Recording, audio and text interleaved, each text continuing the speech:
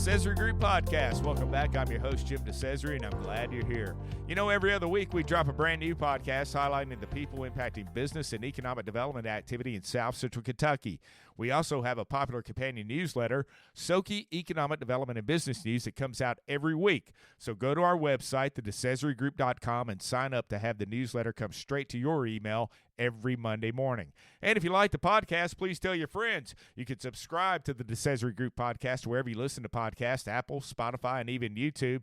You know, we're getting very close to our 100th episode, and today we're excited to bring you episode 98 of the DeCesare Group Podcast. Jeff Fields is the founder and CEO of Cheetah Clean Auto Wash, one of the fastest-growing privately held car wash platforms in Kentucky, Tennessee, and the Mid-South area. Jeff talks about how he took a small automotive detailing operation in Bowling Green and transformed it into Cheetah Clean, a multi-market, multi-brand operating system with category-leading customer experience standards, a powerful membership tool, and a vision to scale to 50-plus stores through real estate-driven expansion and strategic capital partnerships. Here's my conversation with Jeff Fields. Jeff, welcome to the DeCesare Group Podcast. Thank you, Jim. Appreciate you having me. I know you're a long-time listener, first-time caller, and we're excited to have you here. Absolutely, absolutely. So, you know, we're here to talk about Cheetah Clean Auto Wash, and let's talk about this because you are literally a third-generation car wash guy. Grew up in the business. Tell us about your history. Yeah, I appreciate that. I guess back in the 1940s, Gillen Fields, which is my great-grandfather, moved from Columbia, Kentucky, Adair County, to Bowling Green, and he and his wife, and they had two children, one of which was my grandfather, Glenn, and got into laundromat and dry cleaning business, and he went out on his own. He started Fields Laundry back then, got into dry cleaning, started Fields Cleaners in like the 40s, late 40s, and then my grandfather, he went away, went to World War II, fought in Okinawa, all that, came back. And then in the 60s, his wife, Mary Alicia, my grandmother, they had 8 kids. And good old Catholic family. Yeah. And they started Gas and Wash in the 60s on Broadway. And my dad. What was it called? Gas and Wash. See, well, you get gasoline and a car wash? You get a gas. Yeah, you know, it's funny, like the modern express wash, you know, you ride through, you know, when it came back in the early 2000s, you know, Dad was like, oh, we've already done this before. This is how we were washing cars in the 60s. You know, the customer would ride through, and we had the free vacuum then. Okay. But they got into the car wash and, you know, serial entrepreneurs, Pops, we call him, Glenn, my grandfather, and then my dad, you know, had done a little bit of everything, but car wash had always been one of those just great businesses that we got into distribution, we got into equipment, fabrication, installation. Dad, really, and Dad's who we call Big Jeff. Big Jeff, yeah, and he can fix anything. And just really good with his hands, and obviously very smart as well, and good businessman, and grew up around the table with them. You know, a lot of entrepreneurial stories and just upbringing. You know, I was always taught you could do anything. You know, you put your mind to. Sure. And so that was the gift that I got from my family, is that, you know, through work and determination, there's nothing you can't overcome. And you know, so went to college, banged around a little bit, went to Arizona, and out there, you know, I was trying to figure out what I wanted to do, and I'd called my dad. I was working in the 5-star hospitality industry, and you know, he said, hey, you know, I was asking him for some rent money or something. You know, he was like, why don't you come back to work, you know? And I was like, what's up? And he said, you know, there's a competitor coming to town. And he's like, I need you to help me. And I was like, oh, you know, let's go. So I flew back in, and, you know, Dad, you know, calling you home was exciting for me, and just went all in, you know, got plugged in to the associations and all of that, and networked, and just became a real student to the point where I was annoying, my father. He was like, could we talk about something else other than car wash? I was like, no.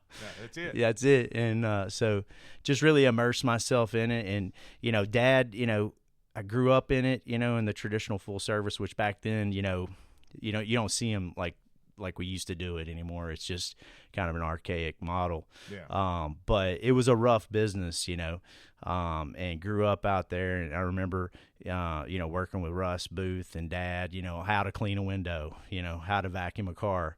And, Dad and Pops too, they actually competed with each other, ironically. Like there's been no real, hand-me-down heirloom business like, GH competed with Glenn competed with Jeff, and Jeffrey competed with Big Jeff. And so, it's been interesting in those regards because, each one of our businesses have kind of been fresh and innovative, and we've kind of, all had to kind of go do our own thing, which has been good for us, individuals.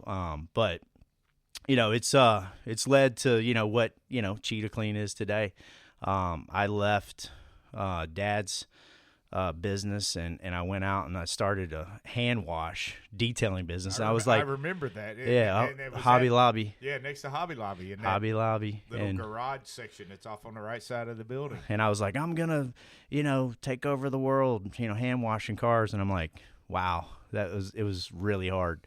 And I remember like 1 month we did like $20,000 and, I think our record month was like 25. And it was like, I really saw the value of the machinery and the conveyor and all that, and there's got to be an easier way. My goodness, it was so hard. But, kind of cut my teeth and I ended up Kenny Neely and Lewis Berman had a 5.5 acre tract over there off of Campbell Lane where Christian Care, Family Video and all that. And I just had a vision.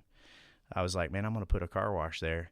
And Kenny was like, I'll help you. And he had the broker. He was representing the property. Yeah. So I went and met with Lewis and I said, I'm going to put a car wash on this property. And he was like, okay. And, it was $1.4 million, had like $5,000 to put up on an option. Right. And they were like, okay. And my dad had done some commercial development.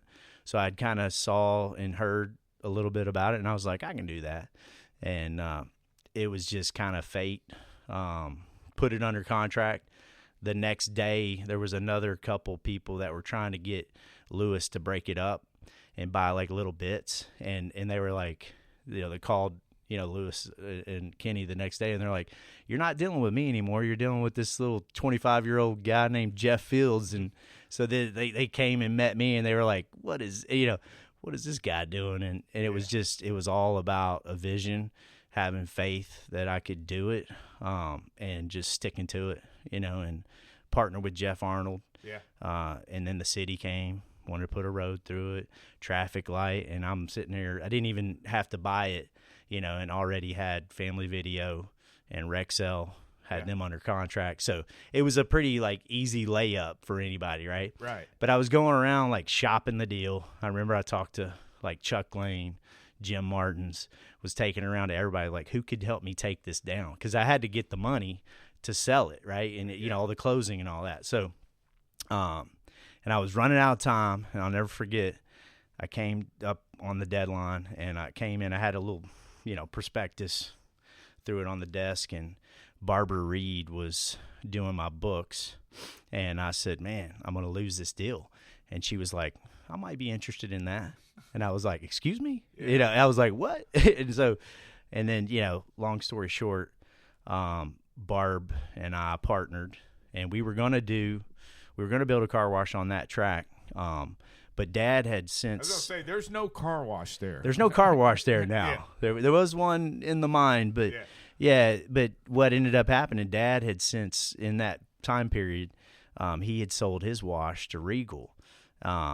And community might remember that. Yep. That was a fast decline. And what was the name of that wash he sold? Tender Touch. I was going to say it was Tender Touch. Yeah.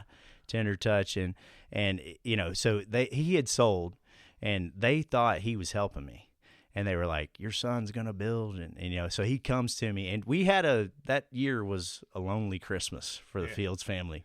because we were competing with each other. I was going to build and he was trying to sell, and there was a lot of odds at that Christmas. But the funny thing is, Dad came to me and said, "Okay, son, I respect what you're doing. Congratulations. You've proven a point here, but Regal's going to sue me if you build this thing. They think I'm helping you." And he was like, "I've got a piece of property in Owensboro." And, I was like, "Oh, yeah, I can go to Owensboro. I'll have this property. I'll come back to Bowling Green." I'm like, multi-unit, from the gate, which, again, at that point in time was kind of, a big vision. Yeah, but and serendipitous at the same time. But we'll yeah, get to that later. absolutely. A lot of that. But, so we transferred the whole deal to Owensboro. And so we built, that was 2007. And, Barbara was a little later in life and had unfortunately lost her husband. And, we did well. And then she, got a boyfriend, and he started getting involved a little bit. And I was a little, headstrong and said, "Hey," and they said, "Well, I didn't have a really good deal." I learned early, that was not a good contract you learned deal. Through your trial and error. You learn. And my dad taught me my first business lesson when I created the detail shop when it was at Tender Touch. It's a funny story. I had hired some guys out of Warren County Jail. And have I told you about this story? But okay. It sounds funny already. Yeah, it's pretty interesting. So I said, "Hey, guys, we hired them out of the jail. They were great workers." And I was like, "This is 50, and not Dad, we agreed it was going to give me 50%. So I said, "Okay, great." So first month we did like $30,000, and Dad was like, and I was like, "Okay," my math was like we made $15,000, and I was like, "Okay, Dad, $7,500. Yeah. And he was like, he laughed. He said, "Here's your first lesson in business. Get it in writing." And I was like, "Excuse me?" He said, "Yeah, get out of here. Get back to work. You have nothing." And, there was no agreement. And I was like, "Oh, wow." And then so I went back and I told those guys I was going to give them 10% of mine. And I go back and I tell them, I go, "Guys," they're like, "Where's our money?" I'm like, "Dad's not going to pay." He laughed and said, "You don't have a contract. You don't have anything." And they said, "Well," the ringleader, he said, "Hey, you see that long-haired guy over there? That's Daryl." I said, "Okay." He said, "Daryl went to prison for a guy. He shot a guy for stealing his cow." And he said, "You better go tell your daddy to pay us the money." And I went back to Dad. I said, "Yeah, you're going to have to pay me $750 right now." Yeah. If nothing else. Nothing else. And sure enough, that's what he paid. He said, "Well, you go pay him off and, kick rocks." I was like. And you're still getting nothing. And nothing. And that's, his dad did him that way. And he did me the same, and All right, so I got to follow up here. Yeah. So what was it? The wash and gas? Gas and wash. Gas and wash. Yeah. Now, where was it located? It was on Broadway. It was on Broadway. Okay, where would that be? And it's like Cubano's for car sales. Okay. Currently, like if you see it, you can see the tunnel. Yeah.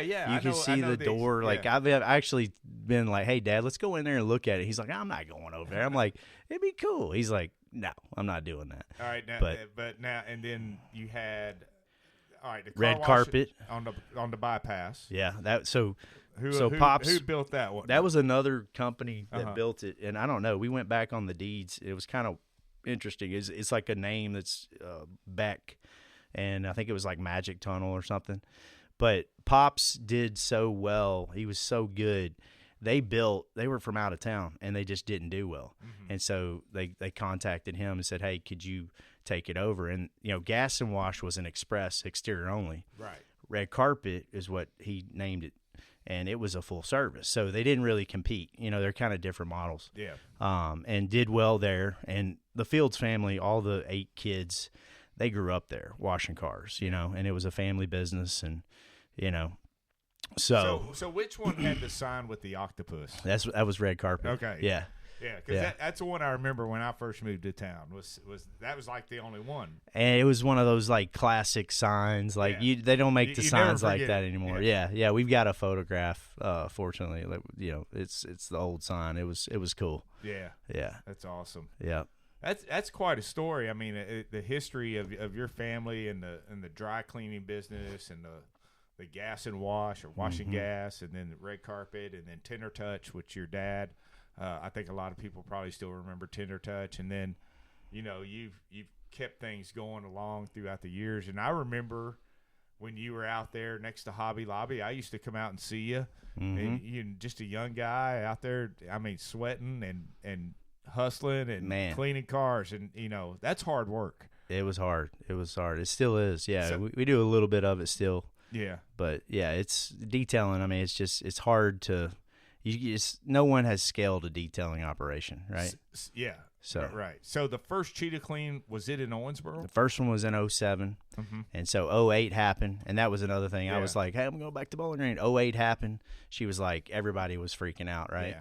And so that was also, a little bit of a struggle to kind of, banking was, dried up. But ended up, what was funny is I didn't have a great contract. And so that's almost 20 years ago now. It's almost 20 years ago. I didn't have a good contract. Laid up and feeling sorry for myself. They kind of kicked me out. They were majority owners. And laid up feeling sorry for myself. And Dad come over one day, because Cheetah Clean, like the theme was like, it was the vision, right? Yeah. Like, when Waterworks, shout out to Robert Hazel and those guys, when Robert Hazel, realtor now. That's right. When he opened, they did a good job. Yeah. They did a high quality job. It was funny when we opened, they would bring a car over and be like, Jeff, come out here and look at this. And Dad would get me and say, come on, let's go look. And they'd be like, look at this sorry job. And Dad and I would be like, actually, it's pretty good. Like, we can't do any better than that. And so, but we, Bowling Green people are weird. They just do back and Everybody's forth. Looking for something. And they were trying to play egos, Richard and, or Robert and Dad and all that. And so, but, I said, but we do have an edge. And, our edge was Dad was efficient, and was like, we'd stopwatch. Like, as soon as the car hit the lot, it better be out of here in 15 minutes. And so, everybody, as a car pulls up, you're out. And if you're not out and Dad or one of the managers see it, we were it was a machine, and we there could be a line to the end of the road and you would be in and out of there in 20 minutes. That's awesome. And Waterworks and Robert, they did a good job, but people were sitting there for 30, 45, maybe an hour, and so that was and that's where Cheetah came from. It's like I was like, we're faster than them. We're faster. I was fat. That was the thing. It was the fastest thing I could think of, and I was like, I like that name.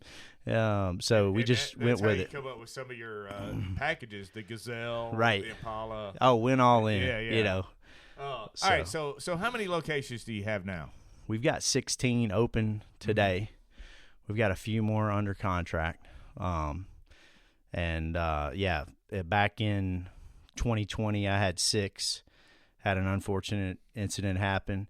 Had to sell a couple to kind of recap and get repositioned. Right. But then really that's what, oddly enough, gave birth to the flagship, which is the double tunnel, and got us back to full service car washing, which is what I really loved, because Express Exterior, there's no customer interaction.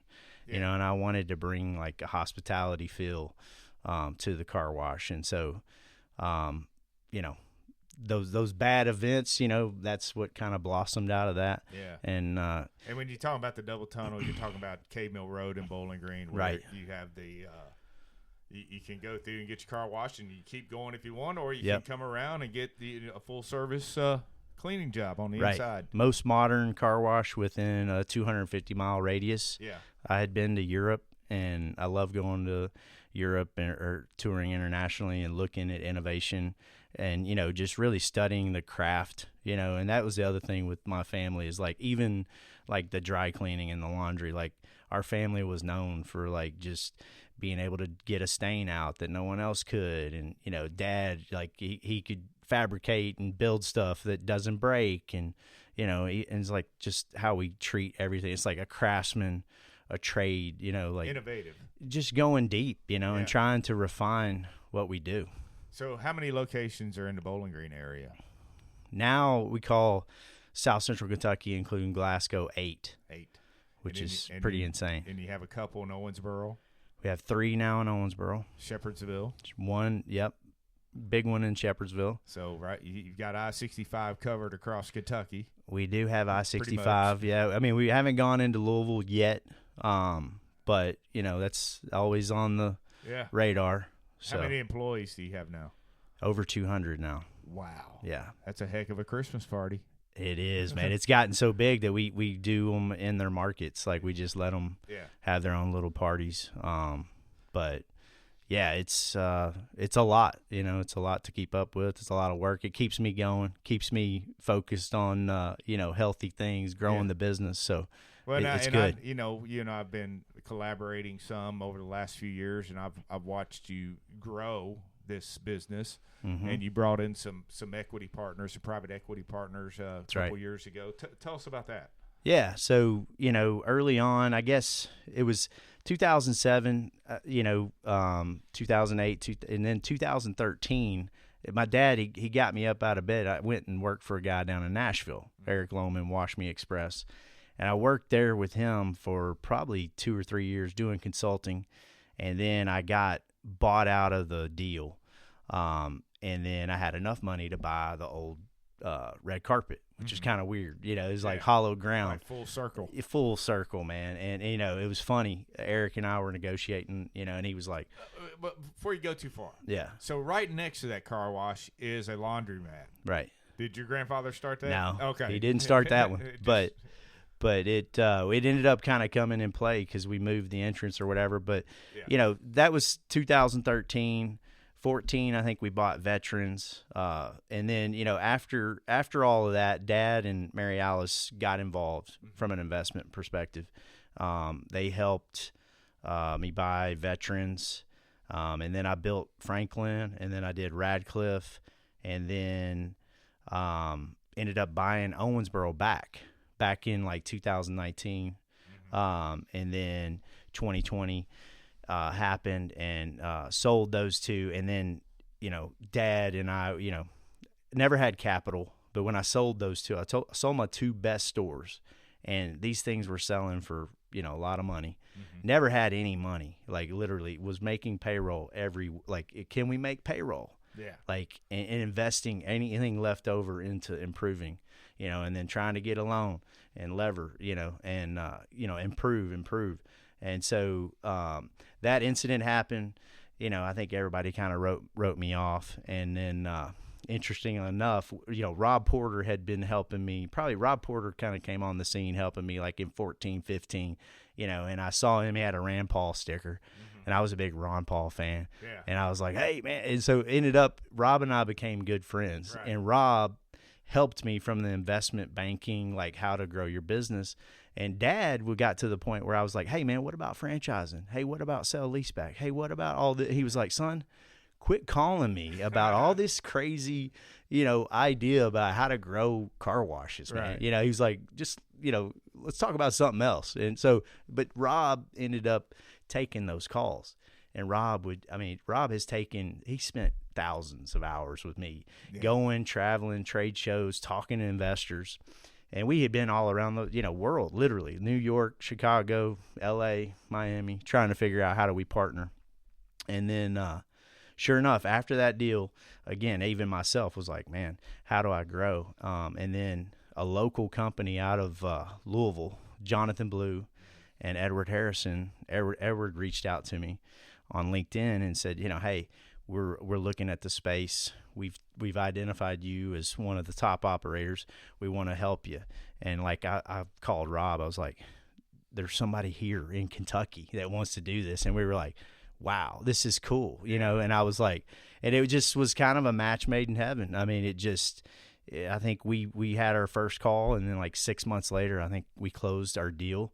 And it was a minority investment for the company. And that's always been big for me. You hear, all the horror stories about private equity and this, that, and the other. And, I kind of was aware of that and wanted to stay in creative control. But Jonathan and Edward, they've been great. They got in as we were finishing Cave Mill, we were launching. We did the Corvette giveaway, and he was like, what is this? Yeah. And it was like it was a celebration of Bowling Green, like, hey, Cave Mill, it was significant, right? Like car wash wise. So we did that, and Jonathan, they were so cool about it. They did another one. They were like, yeah, let's do another Corvette. We liked it. And then we figured out how to partner with the university and still do it. And so we got creative. But those guys have been great to deal with. They brought, deal sophistication, back office, obviously capital, partnership, strategic, board. They're on the board, strategy, connection. I mean, met with the governor, just been great. And so we went from 5 to 16 in a little over 3 years. Yeah. And got real strategic in Bowling Green. Obviously bought out Robert. We bought out Richard. Yeah. Waterworks. Which Waterworks was real strategic for us because Robert was fending us off, on the full service. He had 2 full services. So buying that business, and then the crown jewel of that company was the Glasgow store, which is in our top 2 or 3 stores up there with Shepherdsville. And so like Bowling Green, we looked and, it's like, hey, we got, 8 car washes, and then we had the Zips failure, talk a little bit about that transition too with Zip. Yeah, so Zips went bankrupt, which, a lot of these companies, car wash companies, what they've done 4 or 5 years ago is a lot of these things were trading at like 20 times 4-wall EBITDA, which is insane on valuation. But and then they were getting all this money and they were just doing growth, and they weren't supporting operations, they weren't supporting the personnel, the training, the development, and their same store growth kind of collapsed in on itself. But it worked out good for us in the sense that these Zips became available, and the owners, the property owners, Getty Real Estate out of New York, they contacted us and they were like, hey, would you be interested in this? We really want you guys to do it, because no one else would probably dare to come into the market at that point. And, we thought about it. We were like, nah, we're good. And then I started sleeping on it. And I just started getting creative. And I was like, man, we got to do that.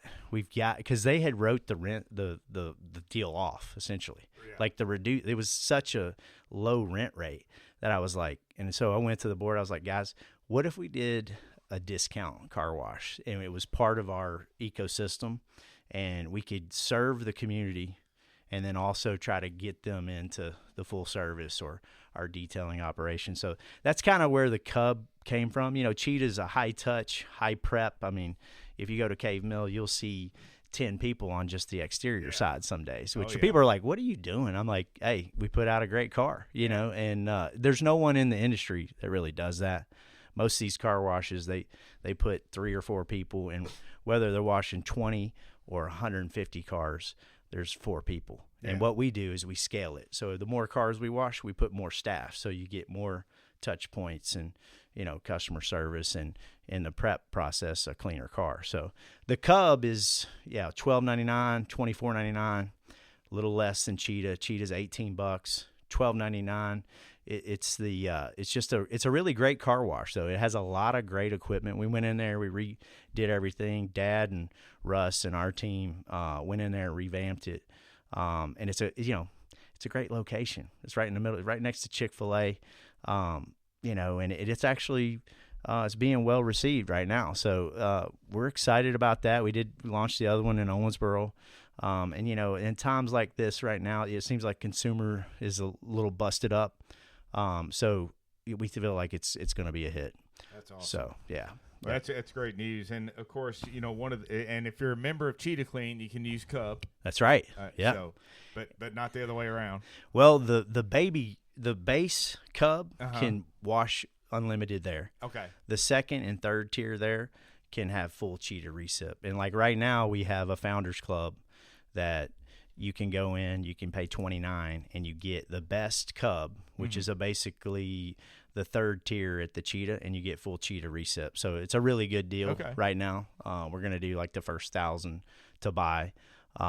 So yeah, I mean, we're giving a great value to the community. And then we come in and we may even make some of our other stores into a Cub. Gotcha. Because we feel like Cheetah, it's such a premium offering. Yeah. I don't know if you really need 8 of them. right? Yeah, So yeah. maybe there's a 4-and-4 mix Yeah, I got you. coming down the pike. So Yeah, you just come in, you get a quick wash, and then head on out. it's quick and there's no prep. We just load it. Yeah. We have an attendant out there to help you get through the gates, and then it arguably it technically might be faster than the Cheetah. Mm-hmm. I don't know. So Yeah. give it a shot. It's still under 15 minutes.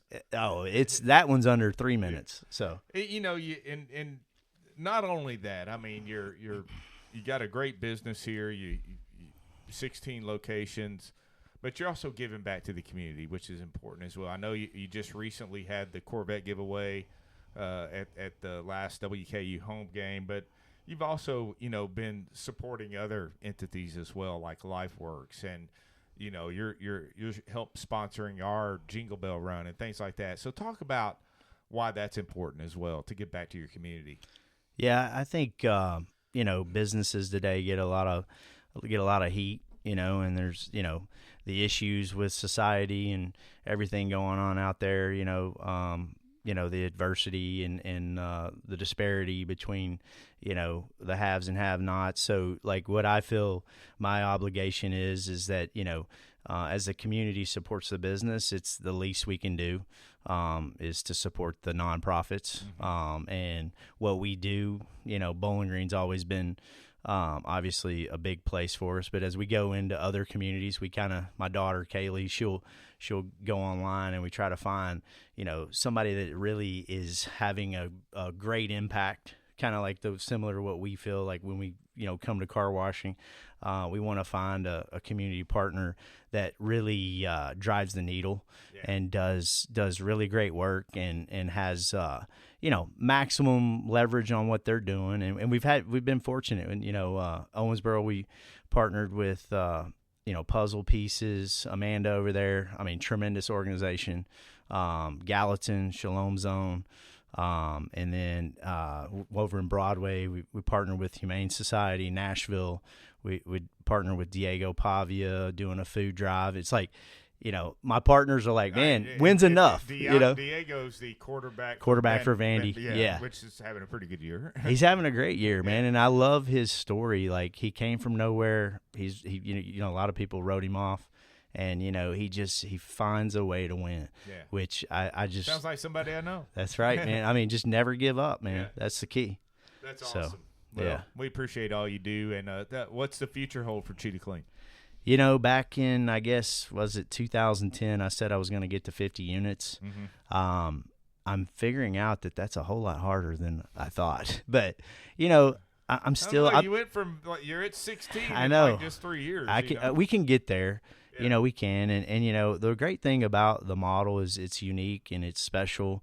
And, I'm obsessed and I've got some teammates that are obsessed with it as well. And, my goal, I mean, can we add 3 to 5 units every year and get there? Absolutely. It may take us 5 to 10 years, but, we're committed to that. Mm-hmm. I think that's a healthy, growth rate. But I'm also talking to different people every week, that could come in and put, much more significant horsepower behind us. And, the way to do that, though, is no matter how much capital you have to strategically build the team. Yeah. It can't be just me and a few others. It's got to be 10 or 20, people and making that people investment, because that's everything. 5, 15, one person, 2, 3 people can get there, but going to 50, you got to have some real talent and dedication behind you. And I think that's the future for Cheetah.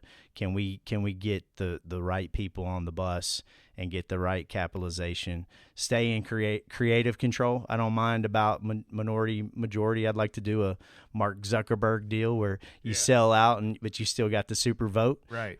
So, those types of things when you talk about, private equity and, founders and all this and that's my goal, is to try to figure out, can I continue to grow this thing and share, with the private equity companies that are out there, but still keep Cheetah, what it is, keep its soul intact and trying to build, an enduring company that not only services the community, but also can continue to give back, not only to our customers, but to our associates as well.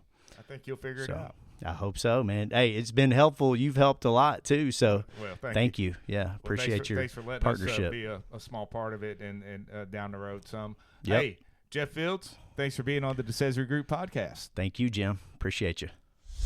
Thanks again to Cheetah Clean Auto Wash founder and CEO Jeff Fields for being my guest today on the DeCesare Group Podcast. If you like what you hear, please share with a friend, and don't forget to subscribe wherever you listen to podcasts. Leave us a review and share your feedback with us as well. You can also follow the DeCesare Group across all of our social media platforms: Facebook, Instagram, LinkedIn, X, and YouTube.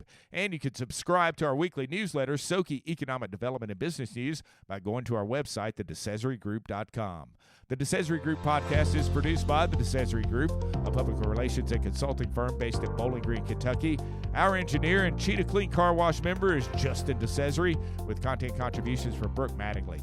The DeCesare Group Podcast is researched by Amy DeCesare. I'm Jim DeCesare, inviting you to join us again next time for the DeCesare Group Podcast.